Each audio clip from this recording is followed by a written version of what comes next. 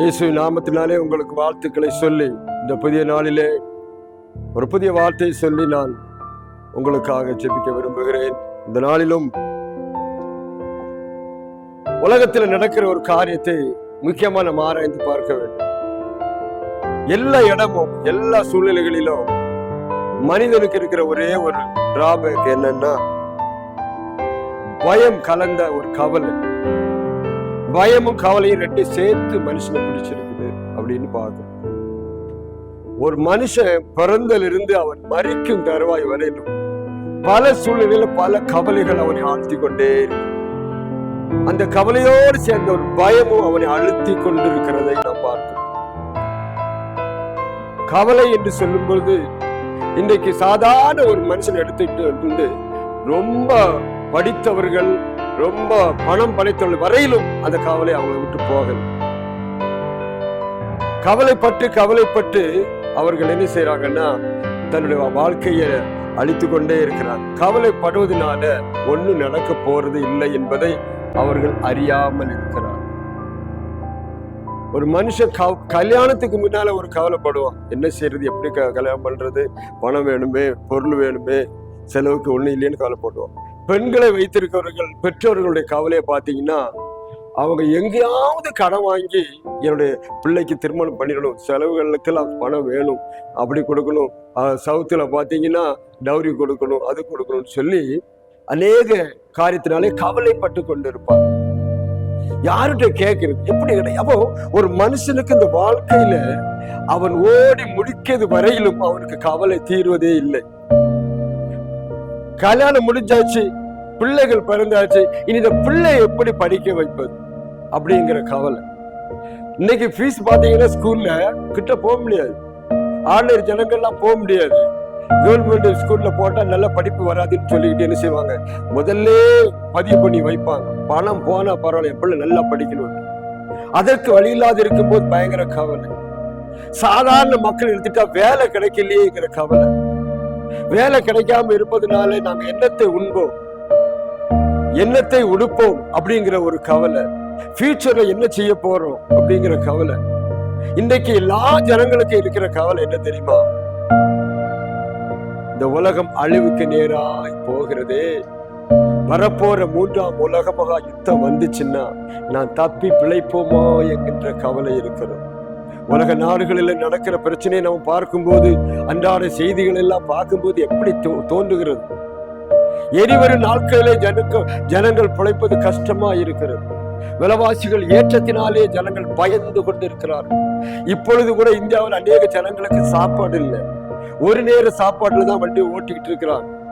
அப்படிப்பட்ட சூழ்நிலையில எரிவரும் நாட்கள் எப்படி, இனி ஃபியூச்சரை பத்தினான ஒரு கவலை, எதிர்காலம் எப்படி இருக்குமோ, இப்படி கவலைப்பட்டு தங்களையும் கெடுத்து மற்றவர்களை கெடுத்து கொண்டிருக்கிறார்கள்.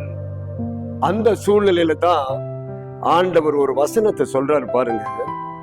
கவலைப்படுகிறதுனால், பாருங்க லூக்கா 12:25, கவலைப்படுகிறதுனால் உங்களில் எவன் தன் சரி அளவோடு ஒரு முழத்தை கூட்டுவான். நீ கவலைப்பட்டு இருக்கிறதுனால ஏதாவது மாறுமா? கவலைப்பட நோய் தான் வரும், பிரச்சனை தான் வரும், ஹார்ட்ல பிரச்சனை வரும், பிரெயின்ல பிரச்சனை வரும்.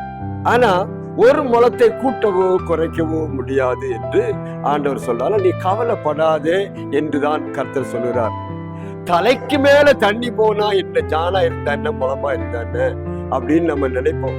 ஆனா தலைக்கு மேல போன பொழுது நம்மளால ஒண்ணும் பண்ண முடியாது. காக்கிறதுக்கு ஒருவர் இருக்கிறார். அதான் சொல்லப்பட்டிருக்கு, நீ ஒரு முளத்தை உன் வாழ்க்கையோடு கூட்ட முடியுமா, குறைக்க? அப்ப ஏன் கவலைப்படுகிறாய்? இந்த காட்டு புல்ல பாரு எப்படி இருக்குது, அதை கட் பண்ணி போட்டா காஞ்சி போயிடும். ஆனா அது இருக்கு பாரு, பயங்கர மகிமையா இருக்கும். அப்புறம் சொல்றாரு, அதை பாரு, காகத்தை பார் அப்படின்ற.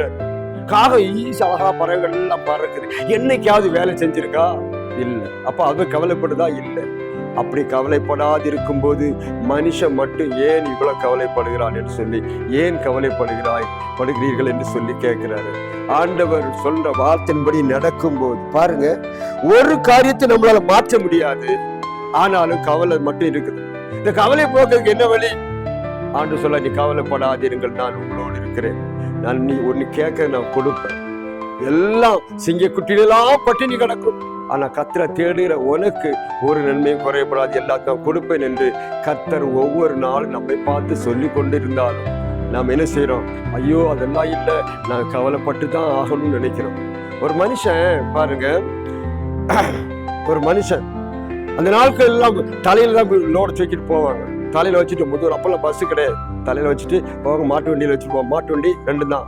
அப்போ நடந்து போயிட்டு இருக்கும்போது ஒரு மாட்டு வண்டிக்காரர் நிறுத்தி அவனை என்ன வண்டியில ஏத்த சொல்லிட்டாங்க. ஏறிக்கப்பா, நீ ரொம்ப கஷ்டப்படுற தலையில வச்சுட்டு. மாட்டு வண்டியில ஏறிட்டு போயிட்டே இருக்கும்போது கொஞ்ச நேரம் கழிச்சு அந்த மாட்டு வண்டிக்காரர் திரும்பி பார்த்தா அந்த ஆளு என்ன பண்றாரு தெரியுமா? மறுபடியும் தன்னுடைய மூட்டையை தலையில வச்சுக்கிட்டே உட்கார்ந்து இருக்கிறார் வண்டியில. அப்பா பார்த்து சிரிச்சுட்டு, என்ன அப்பா இப்படி பண்ற, நீ கஷ்டப்படுறேன்னு சொல்லிதானே உன்னை வண்டியில ஏத்தினேன், பின்ன ஏன் இந்த மூட்டையை தலையில வச்சிருக்கேன்னு கேட்கப்பா அவன் சொன்னான். நீ என்ன மட்டும் தானங்க ஏத்துனீங்க, மூட்டையை வண்டியில ஏத்தல, அதனால மூட்டை உங்களுக்கு வண்டிக்கு பாரமா இருக்குமேன்னு சொல்லி என் மூட்டையை தலையிலேயே வச்சிருக்கேன்னு சொன்னான். யோசனை பண்ணி பாருங்க, இப்படிப்பட்ட ஆட்கள்லாம் இருக்கிறாங்க. கர்த்தருக்குள்ள வந்த பிறகும், கர்த்தரை தெய்வமா ஏற்றுக்கொண்ட பிறகும் மறுபடியும் கவலை தலையில வச்சுட்டே இருக்கிறாங்க. கவலைப்படாதீங்க, கர்த்தர் உங்களோடு இருக்கிறார், பெரிய காரியங்களை செய்வார். நீ கவலைப்படினால் ஒரு மனம் கூட்ட முடியாது, குறைக்க முடியாது. கவலையை விடுங்க, கர்த்தரை பாருங்க. கர்த்தர் உங்களையும் குடும்பத்தையும் அபரிதமாய் இந்த நாட்களில் ஆசீர்வதிப்பார். எந்த பிரச்சனை வந்தாலும் அவர் பாதுகாப்பார். அவரை நோக்கி பார்ப்பீங்களா? கர்த்தர் உங்களை ஆசீர்வதிப்பாராக. ஆமென்.